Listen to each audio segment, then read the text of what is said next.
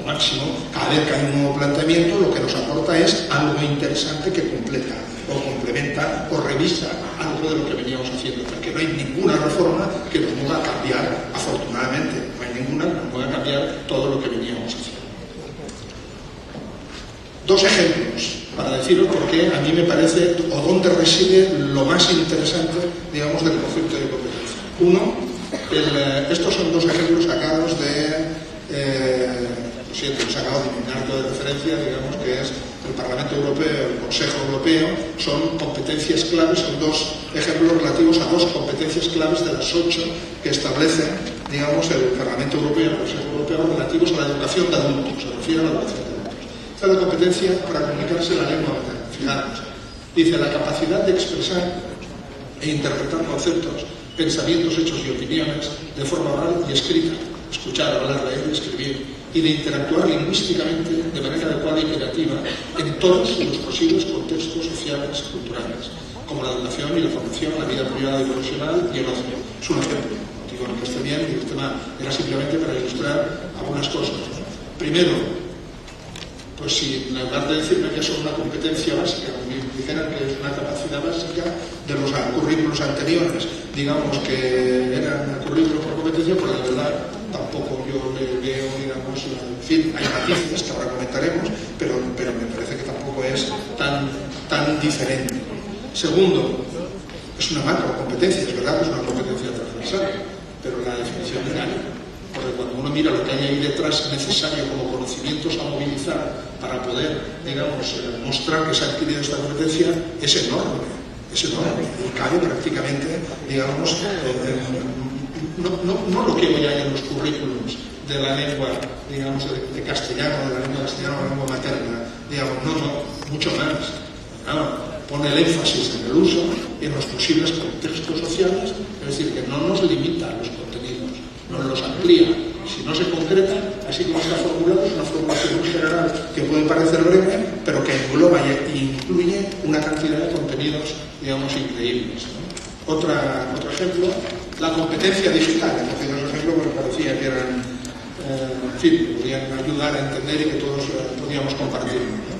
La competencia digital la define como el uso seguro y crítico de las tecnologías de la sociedad de la información para el trabajo, el ocio y la comunicación. Se sustentan las competencias básicas en materias de TIC, tecnologías de la información y la comunicación, el uso de ordenadores para obtener, evaluar, almacenar, producir, presentar e intercambiar información y comunicarse y participar en redes de colaboración a través de Internet.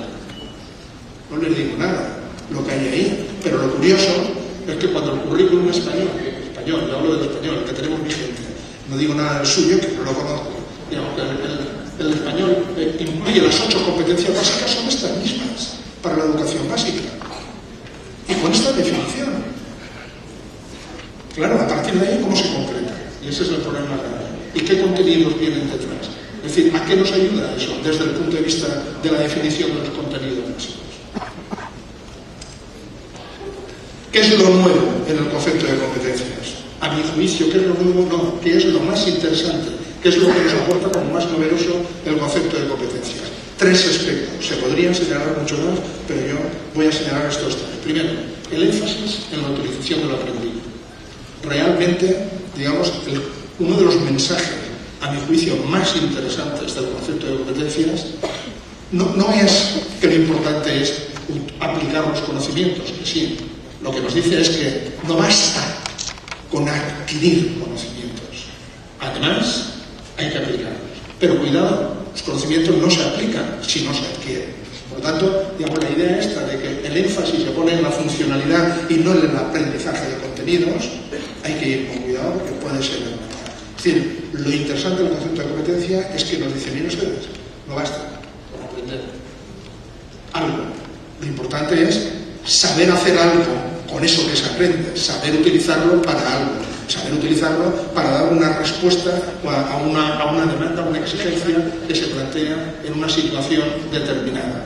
Ahí Perrenú, que es uno de los autores que corresponde, digamos, a esta segunda tradición que comentaba antes de movimientos progresistas europeos, digamos, que han elegido el concepto de competencia como importante, digamos, en los planteamientos curriculares, habla, como muchos de ustedes saben, de la metáfora de la movilización, que es muy interesante.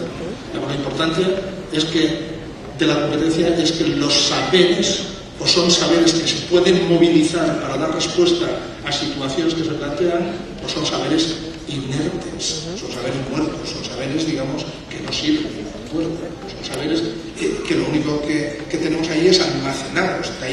De ahí la diferencia que hace Perrone entre la metáfora de la movilización y la metáfora, digamos, de la transferencia que me parece. Es decir, uno transfiere esto, yo transfiero esta botella de aquí a aquí, pero eso no es movilizar el conocimiento, porque el conocimiento, cuando se moviliza, se reconstruye la situación en el contexto, digamos, para dar respuesta a la demanda. Y ese aspecto de reconstrucción, para mí es el aspecto fundamental, el mensaje que está sobre todo detrás de este aspecto de énfasis en la utilización del aprendido.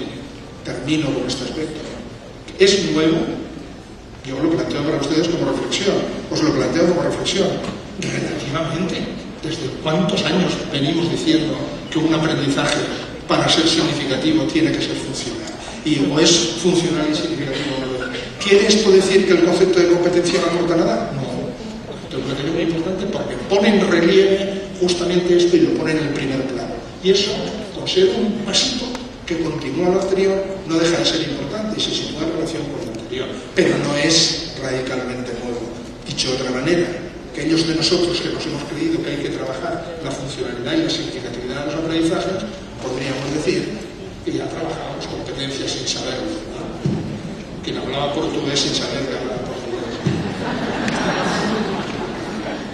Segundo énfasis, los tipos de conocimiento y su articulación.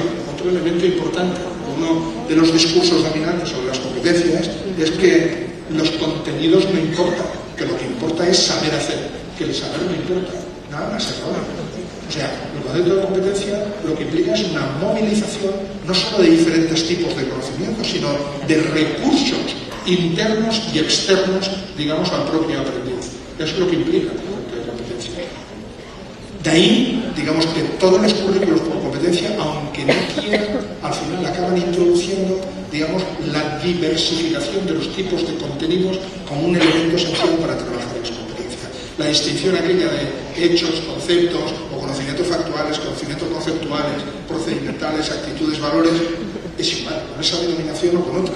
Por ejemplo, el currículo o las propuestas de la Unión Europea, del Parlamento del Consejo Europeo, cuando explica las competencias, los ejemplos que antes mencionaba, habla de, si recuerdo bien, de capacidades, y luego retomar esta idea, de capacidades, de habilidades y de actitudes. Pero al final una competencia, digamos, acaba concretando y tiene que concretar cuáles son los contenidos que se deben movilizar de manera integrada y articulada.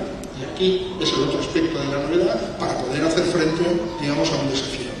Es nuevo, por lo tanto, pues, ¿no? Alguien ha dicho alguna vez que cuando hacíamos los currículos anteriores había que trabajar ahora aprendizaje de conceptos, ahora aprendizaje de procedimientos, ahora aprendizaje de actitudes.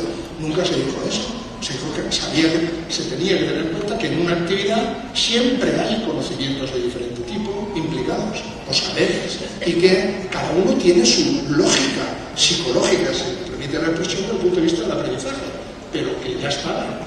¿No tiene ningún interés esto? No, tiene mucho interés. Una vez más, pone en relieve y pone de manifiesto un aspecto importante que expande, digamos, planteamientos anteriores.